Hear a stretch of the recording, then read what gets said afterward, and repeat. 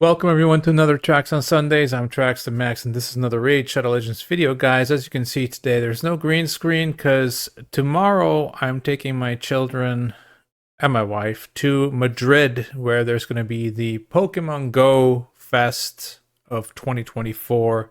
There's one in New York, there's one in Tokyo, and there's one in Madrid. And my kid wanted to go to one, and that's the closest one to us, most affordable for us at least. So that's what we're gonna do.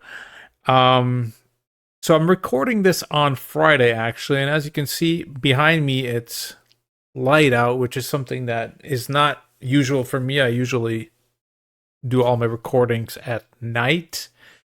So if you hear any trucks or anything coming by, that's the reason why.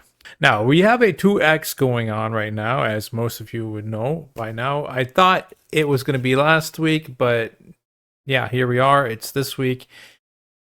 And that's fine, because now we have some extra shots at getting some epics, or maybe even a legendary. Yeah, we also have the fragments for Slixus. I'm still going to be summoning, because we're going to be back on Tuesday. So I'm not completely sure if I'm going to be able to get 50 more fragments for a third copy of this dude. But I mean, if we can, we're going to try to do it. And if it doesn't work out, well, then we have some more of these fragments or chest thingies or whatever. So we're going to go ahead and summon these real quick. Now, I did this on my main already, and one thing I like here is how this guy like glides into the screen. I think that's pretty cool. Like kind of gliding on the wind or something. Yeah. Lately I've been really paying attention to details in the raid, just raid in general. And there's a reason why a lot of people play this game, man. It's on point. Like, even the music, I don't know, most of us turn the music off, right? Because, well, a lot of us play this on our phones. And yeah, you can't be blasting this music through your speakers the whole time everywhere you run, right? But like sitting at home playing it sometimes I turn on the music, and the music is actually really good in this game, like in the tavern and everything. And I feel like it's different than when I started playing, but I could be wrong there, but it really feels a lot better to me than it once did. But well, here's another 4-star chicken, Jamarsa. As you can see, your Carl's coming along, 65 fragments, 40 Mithrala fragments as well. Yeah, going good, going good. Let's see what kind of points that already gave us and how many that we actually need here. So we're at 951 and we need 3,000. It's going to be a task, probably. I think I do have mystery shards. Yeah, 600.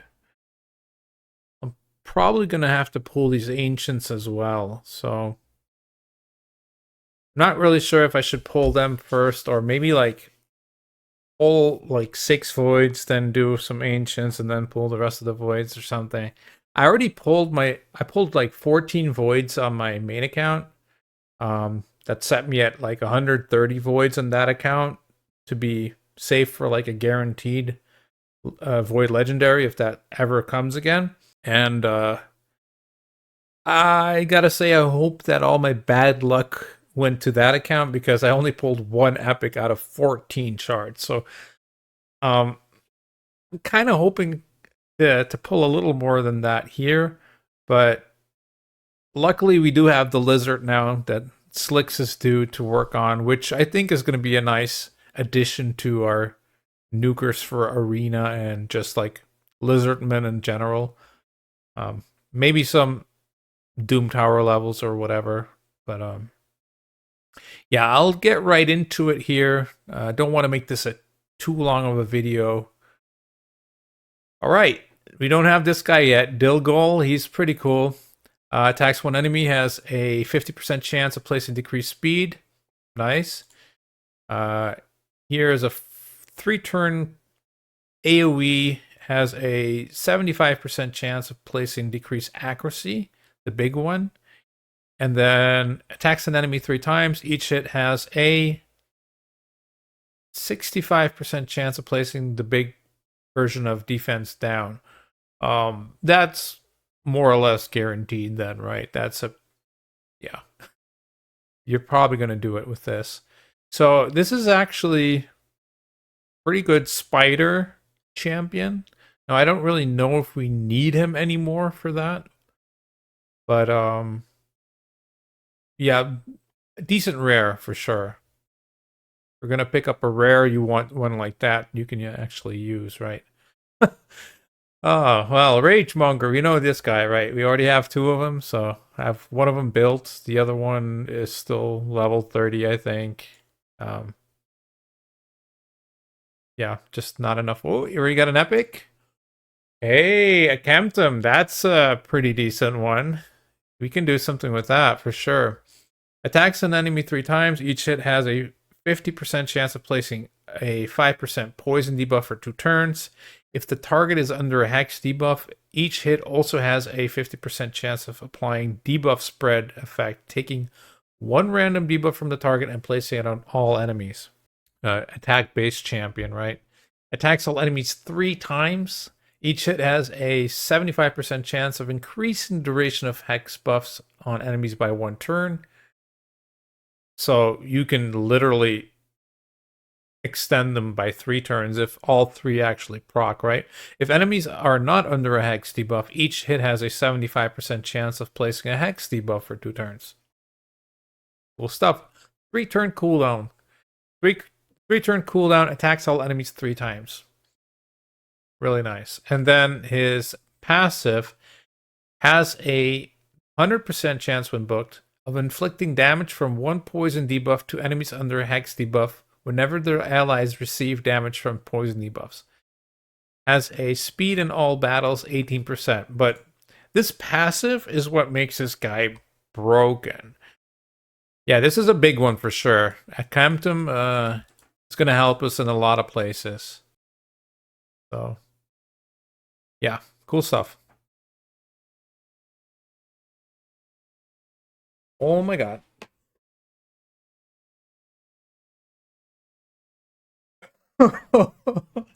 All right. I've I don't know if I've ever actually had a Turvold before. But I do know this guy smacks. Okay, so I don't know much about this guy, only that he hits very hard. That's all I know about him. Okay, so it attacks an enemy 2 times, has a 55, goes up to 75% chance of placing a weaken for 2 turns. That's it's already really good for something like Clan Boss, right? The A2 3-turn cooldown places a 50% attack buff and a 30% increase crit rate buff and 30% increased speed buff on this champion for 2 turns. Grants an extra turn. And then the A3 attacks an enemy 2 times. Damage increase according to the number of buffs on this champion. If the target is killed, resets the cooldown of this skill. 3-turn cooldown. An attack in faction equips by 42%. But this A3, I believe, I think I've seen it do like 1,000,000 damage per hit in Clan Boss. 1,000,000 damage. I might be wrong there, but I'm pretty sure I've seen this do, or maybe like 500k or something like that, because it attacks the enemy 2 times. Yeah, it was probably something like that. But still, 500k per pop here is, I don't, like, we're not going to be able to do that, but that is pretty freaking cool, right?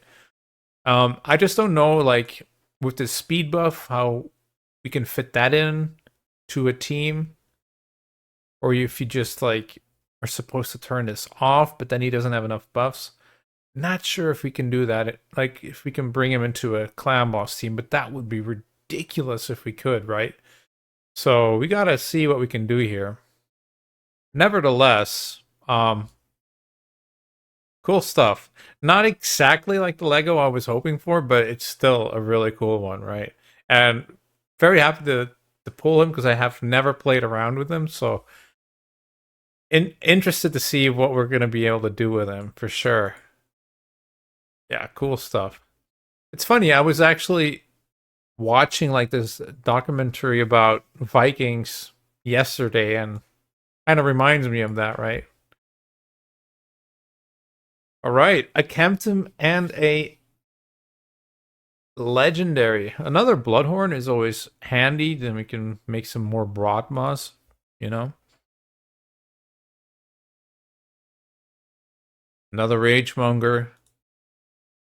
Yeah, right now it's kind of like, don't really expect too much more, but hey, another Seducer, always good, always good. I was gonna mix it up, wasn't I? I said to actually come and do some Ancient Shards. Maybe I should check the points first, though, to see if it's really necessary. Well, we're pretty high up there. Well, kind of, I guess. Still kind of far away, too, if you're being honest. Yeah, no. Let's do the Ancients, too. Probably gonna need them. Alright. Torval, dude. Not expecting that. The fake cold heart? These are more or less just chickens, right? We don't really... I mean, if we get an epic, cool, but we don't really care what's coming out of these. I recently pulled a Jet Need a Giant off stream on this account, too. But, of course, had to feed her. Which is not too horrible, right? She's, like, really not the worst champion to feed. Who is this? Tribuck Colwyn? Stun?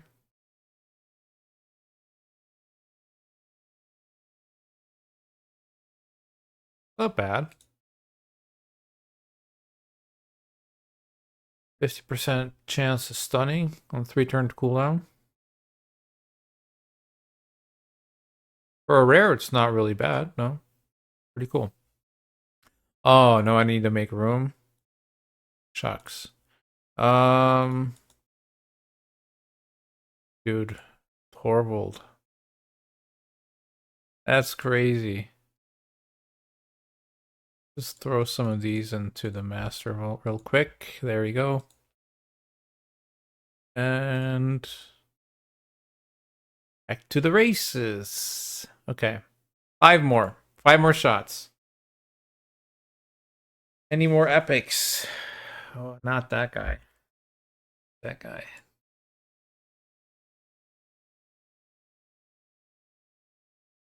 Ooh. Ursula the Mourner. That's a good one. Now, my Banner Lords had quite a few already, so this is a good one to help push in faction wars for sure. She's also just one of the best epic revivers in the game. Maybe the best, actually. The only problem I've always had with Ursula is that she is kind of squishy. Um, I've always had trouble keeping her alive for some reason. I don't know, but attacks one enemy has a 55% chance of decreasing target's turn meter by 10%. That's okay. That's not bad. I mean, obviously it's not an armature or something, but attacks all enemies has a 100% chance of placing decrease attack for 2 turns. Also places increase attack buff on all allies for 2 turns. That's a really strong move. So giving decrease attack to the enemies, increase attack to yourself. Very, very good. And then on a 5-turn cooldown, which, that's on par with things like Duchess, revives all dead allies with 75% HP. That's like you're basically full health there, right? Then fills their turn meters by 50%. Also really strong.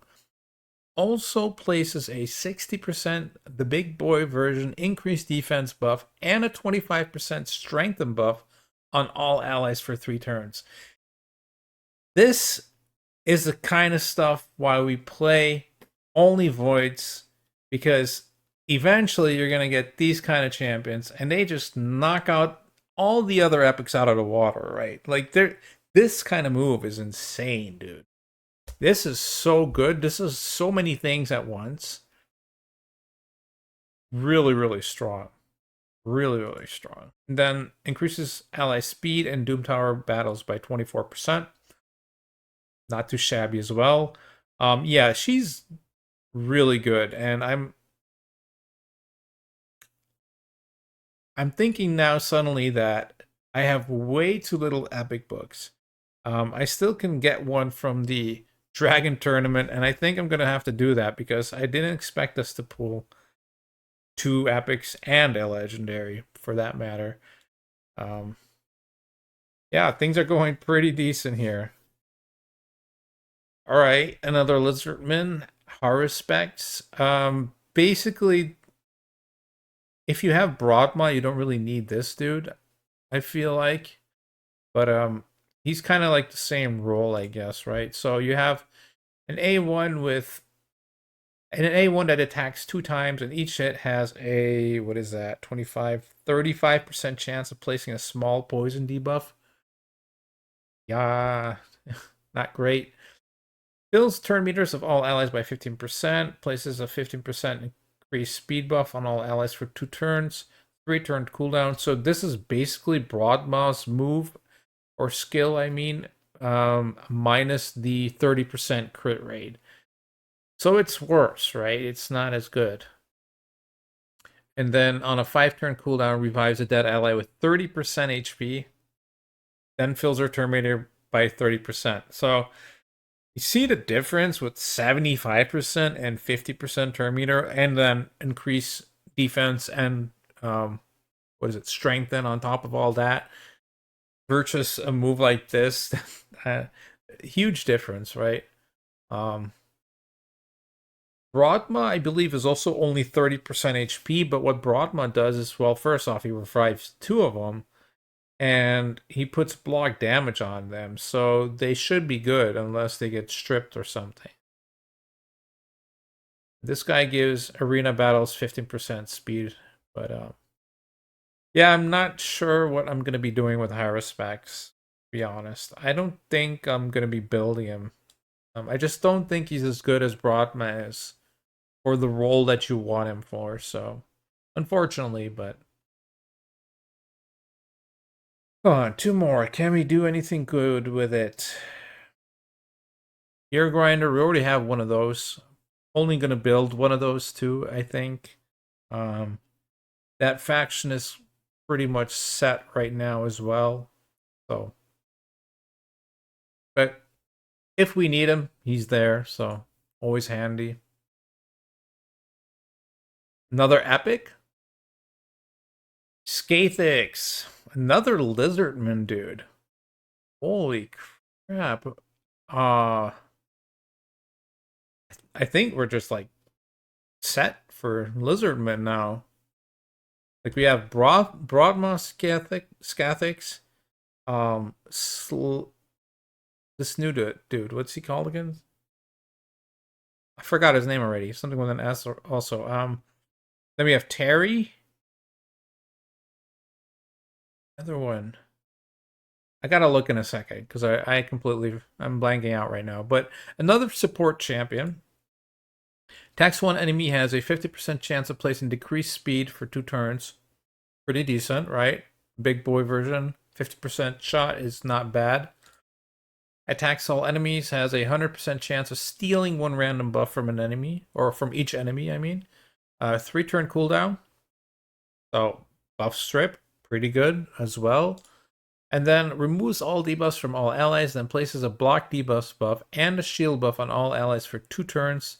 Shield buff is equal to 20% of this champion's max HP. Very good. On a 4-turn cooldown. Obviously, you'd like to see this on the 3-turn cooldown, but I mean, can't really complain. This is a very good move for sure. Especially because it like removes all debuffs and then places block debuffs. So Scathis is a very good champion for things like keeping the stun off you in clan boss, keeping a team affinity friendly, basically, right? See what this passive is again, because I don't remember this one. Places a block damage buff on this champion for 1 turn whenever their HP drops below 30%. Huh. I didn't remember this one. That's pretty neat. 6-turn cooldown though, but. And then an aura, 40% resistance on all battles. Not too shabby. Can always use that somewhere, I assume. I get some decent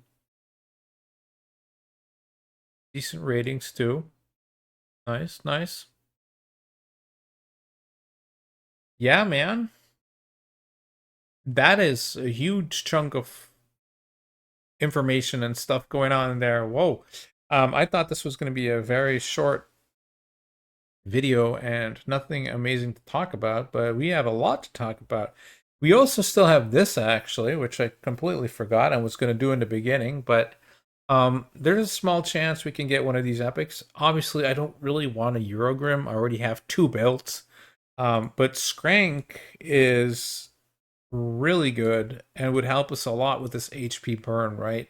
That would immediately fix our spider issue, and it would be a huge upgrade for us for Hydra. This guy's really, really good.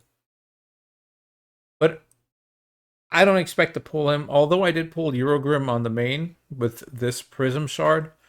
You know, any of these are fine. We need a lot of chickens anyway, so if we don't pull one of the epics, it's Gucci. We have a lot to work on now, so a lot to work on, and actually don't have the time to do it because I'm going to be gone till next week, right? And then after I come back, I'm going to a metal festival here in Belgium called Grass Pop, and yeah, I'm still not going to have a lot of time to be working on it, but I'll have an update for you guys next week for sure. So we're going to pop this right here, and then I'm going to let you guys go. Thank you so much for joining me this week. It's been... What? Dude, what? What is happening? Oh my god, dude. It literally happened. What are those odds even? Well, there's a 94% chance of an epic, but do you have the same chance of getting these as getting these? Maybe. But still, there's 12 of them. 12 epics. 1 out of 12. And boom, we got them. All right. All right. We're set. We have our work laid out for us for the next month, I think. Holy cow. I was going to say thank you so much for joining me again, guys. They don't want to stop here. They're not done apparently. But yeah, we are done here. Thank you so much for joining me this week, and hope you guys had some great pulls like I did today. This was amazing. And yeah, hope you guys have a nice week, and hope to see you guys next week. Peace.